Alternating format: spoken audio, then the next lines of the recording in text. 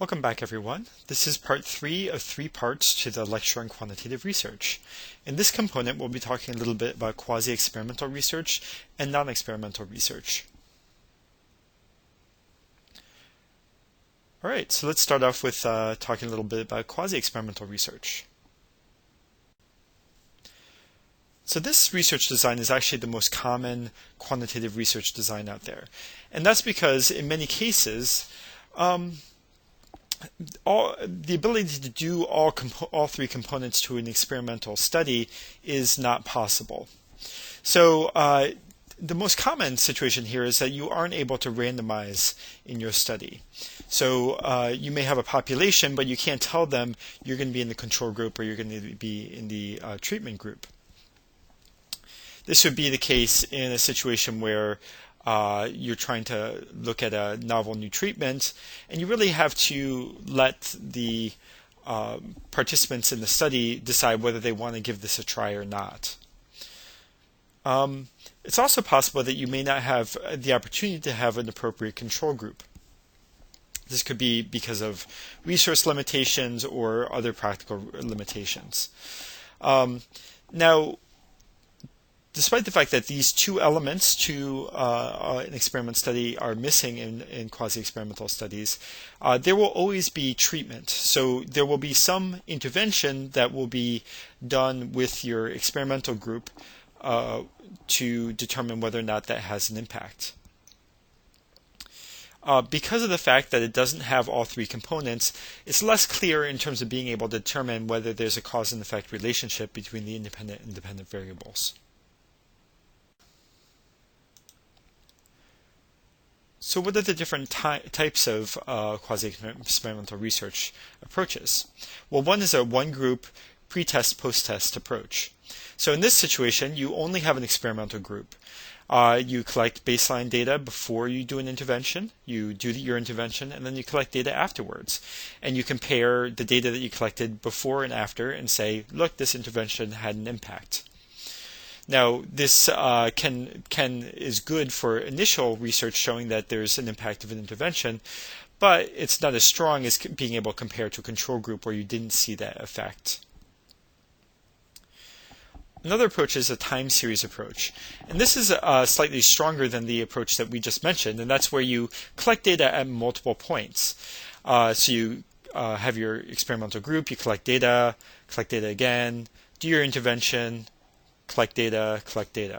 So this looks at how the intervention affects someone over time, and by having more data points before and after the intervention, you have a stronger ability to say that that intervention had an impact on a person's health or behaviors. Another approach is called an after-only non-equivalent controls approach. So in this situation, you're have an experimental group and you have a control group. For the experimental group, you apply the intervention, and for the control group, you do not. The issue here is that your experimental group may be different than your control group, so they didn't come from the same population. So, for example, maybe you want to look at people who have lung cancer, and that's who you're going to do your intervention with, but your control group might be people who have pancreatic cancer. Now, this may be a decent comparison. They're both in a hospital setting, but there may be other important differences between those 2 groups. So it is better than having no control group, but there are concerns about how accurately your control group matches your experimental group. Another way to do this is to use non-equivalent, in terms of non-equivalent controls, is to collect data, baseline data before and after over a period of time. This provides slightly more information about your experimental group and your control group. So let's look at an example of this. Well, you can read these 2 examples and try and determine whether they're experimental or quasi-experimental.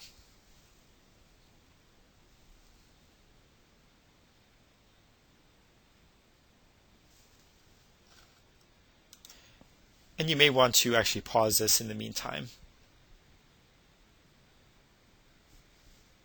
All right, so what are the answers? So the first one is experimental, the second one is quasi-experimental. You know that the first one is experimental because it's random assignment, okay? There's manipulation, so there's an experimental parenting support group versus a regular support group. And there's a control group, and the control group here is the regular support group. There's also control efforts in terms of doing before and after assessments. The second one is quasi-experimental, and this is because you're comparing a group of children that have chronic dysmedia to a group of children who don't have a history of ear problems. So you're looking at two different populations. So let's talk a little bit about non-experimental research, which is a very broad area of research that uses many different approaches. Typically, in this research, there actually won't be any manipulation of variables. The researcher will be trying to look for relationships or differences between groups, and will be looking at events or people or situations in an actual naturally occurring environment. All right. So what are some common approaches for doing this type of non-experimental research, where you're actually going out and exploring a health situation in its natural environment? Well, a very common approach is to do a cohort study. Now, this is a fairly expensive and time-intensive approach, and I'll explain why in a little while. But basically what a cohort is it's a group of people, some specific population, where the independent variable you're interested in varies naturally. So let's look at an example of this. Say you're interested in looking at how lead paint influences children's IQ. So you're going to look and say you find a kindergarten where there were a set of children who went through the program in one room which had a lot of crumbling lead paint in it, and other children who went through the program in another room where there was no lead paint in that room. So this is a situation where you have a certain group of people, the children who went to this kindergarten, and they are going to be your cohort, and you're going to follow them, look and see how this exposure affected them over time. So there's two ways to do this. One is prospective and the other is retrospective. In the prospective situation, you find this kindergarten, you say, okay, we know that they have this exposure. Let's follow them over time and see how this seems to affect their mental state. Whether this exposure that they had, let's hope that it was now cleaned up, but let's say that they had that exposure and there's nothing you can do about it. Let's see how that affected their IQ over time. The other approach is to say, okay, we're say 20 years in the future, and we're going to look back and we know that there's this kindergarten and that this situation happened. So we're going to go back and we're going to try and find out who actually was in one room versus the other using the records of the school. And then we're going to go and try and interview them now to find out whether there's an impact on their IQ. So that's a retrospective approach where the exposure happened a long time ago and you're trying to figure out for that set of people who developed the disease and who did not. All right, so a more common approach is called a case control study. Now, the case control study does a similar thing to a retrospective cohort study, except it's much cheaper and easier to do. In this situation, what you do is you try and find a group of people who have a disease. Let's say you're looking at lung cancer, and you find a group of people who are as comparable as possible as controls. Then you can go and say, okay, what caused this lung cancer? And you can give them surveys about the different environmental exposures that they had in the past and say, oh, well, it's interesting. It seems that people who have this disease are more likely to have smoked in their past than people who do not have this disease, who do not have lung cancer. So that's the case control study approach. It's much cheaper and easier to do. It also has the advantage of if you're looking at a disease that's very rare, say you only see it 1 in 1,000 people. If you were to try and do this with a cohort study, you'd have to study 100,000 people or more to get statistically significant results. Whereas for a case control study, you can just find lots of people who have that disease and then try and find appropriate controls. The fourth form of study is called a cross-sectional study. And this is a type of study where you can't really look at the influence of exposure over time. What you do is you just essentially do a cross-section in a population. So you find a certain population where there's variation in terms of the independent variable you're interested in. And you just do a survey where you find out what are all the different factors related to this disease that are present in this population at a specific point in time. So what is descriptive research? Well, descriptive research is actually quite common, and this uses a wide range of different methodologies in order to essentially paint a picture for what's going on with a health phenomenon. And this is typically focusing on a specific population that may be of interest to the researcher, and the researchers just essentially trying to find out as much information as they can about potential related variables to this disease that they're interested in.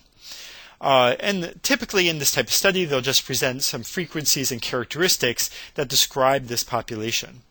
Now, what are a couple interesting factors related to this? Well, descriptive research is typically early phase research, similar to qualitative research. It's done when you really don't know a tremendous amount about the population you're interested in. The other thing about it is that descriptive research very often doesn't have hypotheses, and this is because there isn't enough background data for research to really know how these different variables might relate to the health condition they're interested in. So it's not really appropriate to come up with a hypothesis yet at this point. So they might state some different variables that they're interested in, but they probably won't try and say how they necessarily relate. So what are the advantages and disadvantages of non-experimental research? Well, one of the disadvantages is that it's actually pretty hard to be able to explain cause and effect relationships because you're not able to manipulate that independent variable. However, it's actually really important for understanding phenomenons of interest, either through using descriptive approaches or going out and exploring it in the natural environment. And it can actually, by doing this, give you some initial knowledge that can help you forecast or make predictions about how different factors may affect disease states. This is also really important in situations where you just can't take an experimental design approaches or quasi-experimental design approaches because of the constraints of having to randomize, use control, and manipulation. So it's also pretty helpful for looking to see whether theoretical models actually work in explaining variables in specific situations.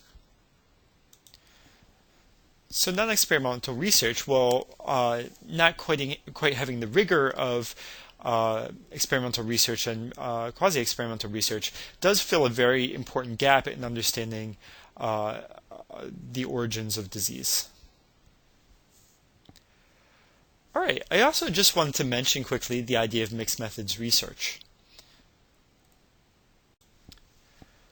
So what are the advantages of mixed method research? Well, it really has some virtues in the sense that you can actually use both qualitative and quantitative methods at the same time. And this can give you a broader picture of what's going on in a primary care setting. So you will typically see that the studies will be carefully designed so that all aspects of the data collection and analysis and sampling are integrated together.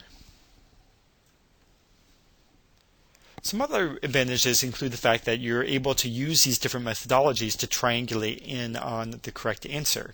By using these different approaches, the belief is that you'll have a more clear, fleshed out image of what's going on in this population. You can also vary considerably in terms of how great of depth you get into the question. You can get a great deal of detail with your qualitative questions, and then get some empirical data, some numerical data to actually describe what's going on in this population. And together, combining this all together, you really are able to get a really rich, informative description of what's going on in as it relates to this disease or condition that you're interested in studying. Okay, so what are some of the challenges for mixed method research? Well, the truth is that one of the main difficulties is that a researcher has to be pretty knowledgeable about qualitative and quantitative methodologies. And the truth is that most researchers actually aren't. Most graduate programs will train you in one or the other, but not both. So you either have to form collaborations, or you have to learn both of them, and you have to do them fairly well in order to mesh them together appropriately. And this actually can be quite costly if you're trying to do two things at once, and it can take quite a bit of time to do both that qualitative analysis and the quantitative analysis together. But together, sometimes you can get really rich information about the health phenomena that you're interested in studying by using both of these approaches at once, especially in the context of early stage research. So this closes up our lecture on quantitative research methodologies. I think that this is a very helpful and interesting approach. It's typically the most common approach used in medical research.